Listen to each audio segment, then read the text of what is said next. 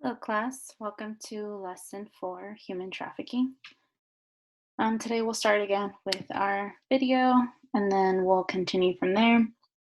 Before I start today's lesson, I just want to say that if anyone at any given time feels uncomfortable with the topic and wishes not to, or might get triggered and wishes not to proceed watching the video, that is completely fine. Take care of yourself if you need to. Pause the video, um, turn it off, take a deep breath, whatever you need to take care of yourself. Okay? Girl, you look so pretty in that top. Ah, thanks. Hi, I couldn't help noticing how beautiful you are.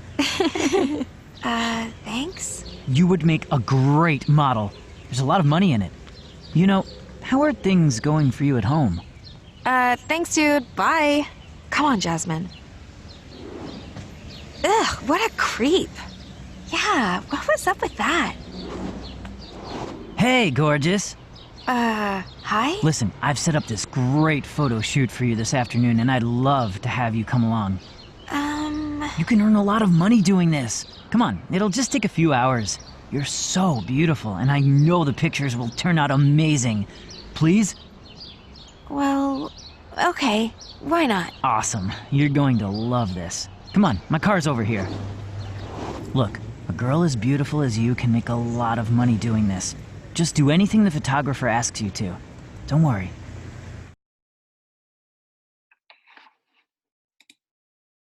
Okay, so what are today's learning objectives? Think about what happened in the video, kind of digest that.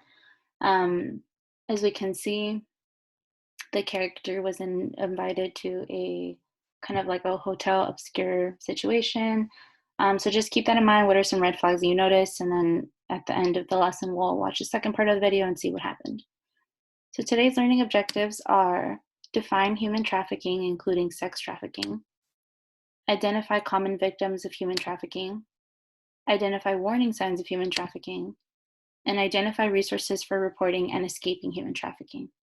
Our evidence of achievement is going to be if you participate in all the lesson activities, which will be on the Google Classroom as always, if you complete all those lesson activities, and if you are committed to identifying and reporting human trafficking. So what is human trafficking? It's a form of modern slavery. It occurs when a person profits from using force, fraud, or coercion to make the victim engage in sex or work. So human trafficking is kind of the like umbrella term, if you will, and there's two types that kind of subgroups under that, which are labor trafficking or sex trafficking. Now, some of you might be wondering, well, what does labor trafficking kind of mean? How can that be human trafficking? Basically, it's described above a form of modern slavery. So oftentimes this happens with undocumented folk or undocumented people in which they are forced to work under severe conditions and for little to no pay.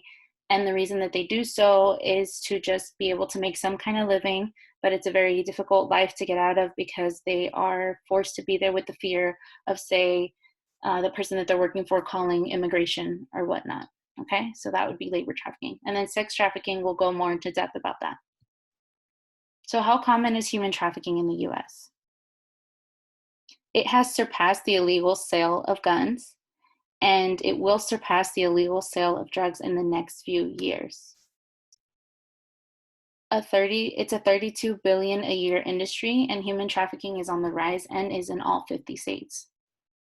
So even though it's not in our face all the time, it is very much still out there and it happens to people. It may happen to somebody that we know just because it is so common. 4.5 million trafficked persons are sexually exploited. So who are the victims of human trafficking? That can include individuals who have experienced childhood abuse or neglect, runaway and homeless youth, children in the foster care and juvenile justice systems, LGBTQ individuals, undocumented immigrants, and people with disabilities, low incomes, or a history of substance abuse. Why don't the victims just leave? So oftentimes people think, well, if it's such a difficult life, if they're not being treated well, why don't they just leave? It's not always as simple as that. The victims may experience fear, trauma, drug addiction, or threats against their family. So there may be a very deep fear in them leaving. They may be manipulated by or in love with their trafficker. And that tends to happen sometimes because their trafficker kind of grooms them in an aspect where they make them feel safe, make them feel like they're the only ones that care about them, and say this person doesn't have a really good support system, then, and that's the only support system they know, when that person threatens to leave, they're basically losing the only good aspect of their life that they have been that they've known. So it kind of creates this cycle of like violence and manipulation. It makes it difficult for the victims to leave. Also, traffickers may also trap and control their victims. So controlling their victims could be a form of manipulation, as I mentioned before, coercion, blackmailing, all those things. What is child sex trafficking? So it is a form of child abuse. It is defined as the recruiting, keeping, or transporting someone under the age of 18 for commercial sex acts. And then how common is it? In 2016, 1 out of 6 runaways reported to the National Center for Missing and Exploited Children was likely a victim of child sex trafficking. Up to 300,000 Americans under the age of 18 are lured into commercial sex trade every year. So what are some examples of sex trafficking? It's an adult providing, say, a 16-year-old girl a place to stay in exchange for sex, a 17-year-old boy engaging in sex acts for webcam or pornography business, a gang bringing teenage girls from other countries to have sex with customers, or a parent arranging for buyers to have sex with their child in exchange for drugs or money.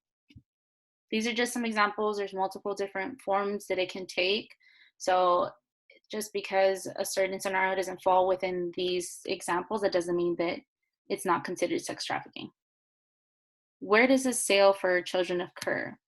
So it often can occur in street prostitution. That's how it's usually portrayed in the media, or the cases that we usually see that's why we think that it's not so common, because we don't see it all the time. We only see it in specific places, but it can occur in other locations too, like truck stops, massage parlors, hotels and motels, private residences, the internet, strip clubs, and escort services. So the other ones that I mentioned are a bit more hidden locations, and you might only see it if you're actually in these locations. So that's why it might be difficult for us to understand that it's so common, because it's not completely in our face, but it is definitely something that is happening in places all around us. So what's the role that the internet plays in sex trafficking?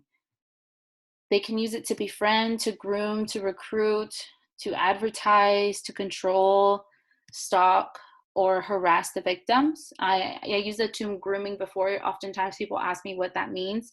And what it is, it's basically the perpetrator grooming their victim into getting them to trust them, into getting them to think that their support system, that they love them and they care for them. So then that way it makes it easier for them to manipulate their victim and force them into doing these acts that the victim doesn't want to do themselves.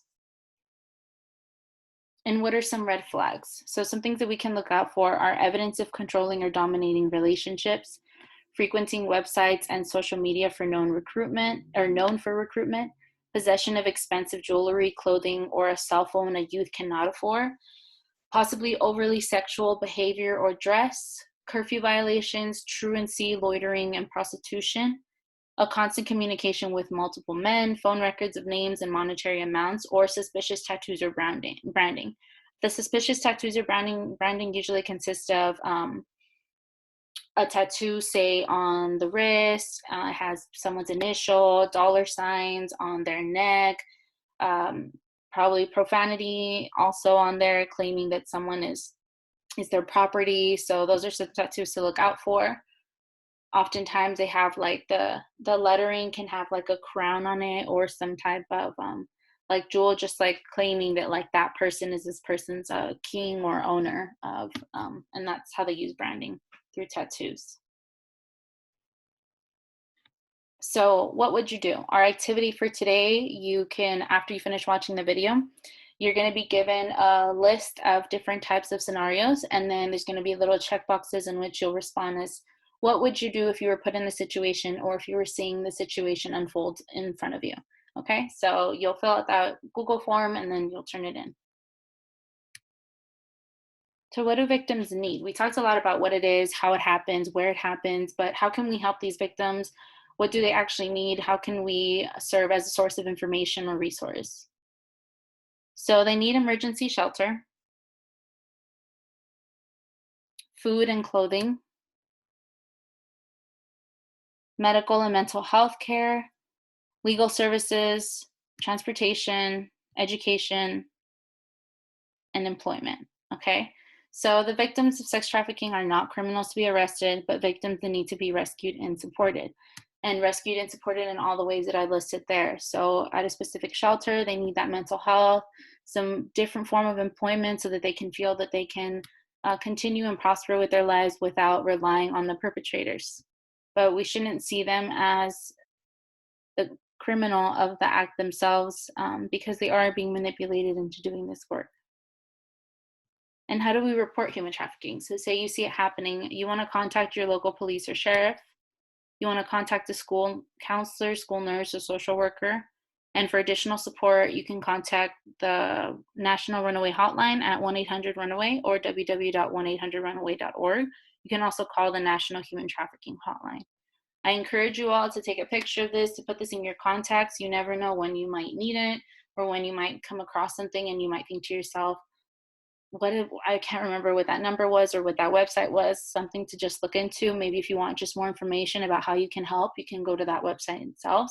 Now, I understand that sometimes for people who are reporting human trafficking, there are certain people that you might want to go to before contacting the local police or sheriff. We are well aware that oftentimes certain institutions are the one perpetrating the trafficking that is occurring. So if you ever do not feel safe directly contacting the authorities, I highly encourage you to contact one of these hotlines first. Oftentimes they have this kind of partner that can connect you all and kind of act as a legal, not a legal guardian, but offer you legal services. So if you're not too aware of how to handle the situation and you want kind of like a counselor in that moment, those resources down there, Runaway and National Human Trafficking Hotline, can connect you with someone who can be basically like your co-person or your partner throughout the whole reporting aspect of it. And that way you can feel a little bit safer knowing that there's somebody who understands what's going on and can help you navigate the reporting. So we're going to watch the second part of the video. If you remember the story from the beginning of the lesson, once it loads, I will play it.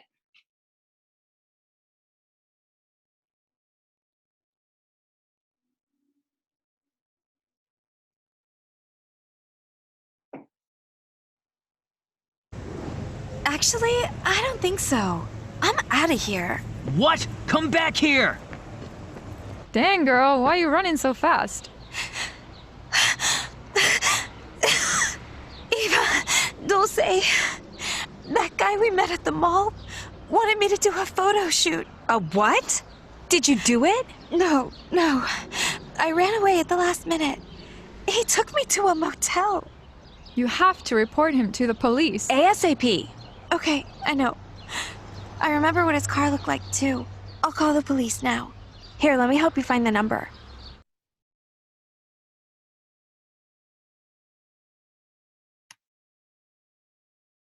Okay, so how did the story end?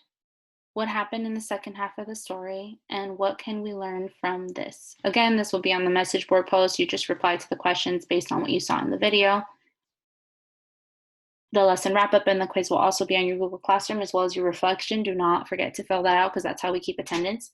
If you have any questions about this lesson or any of the lessons before, remember that you can submit your anonymous question onto that same Google form as well, and we will not be disclosing your name. We will just be answering questions.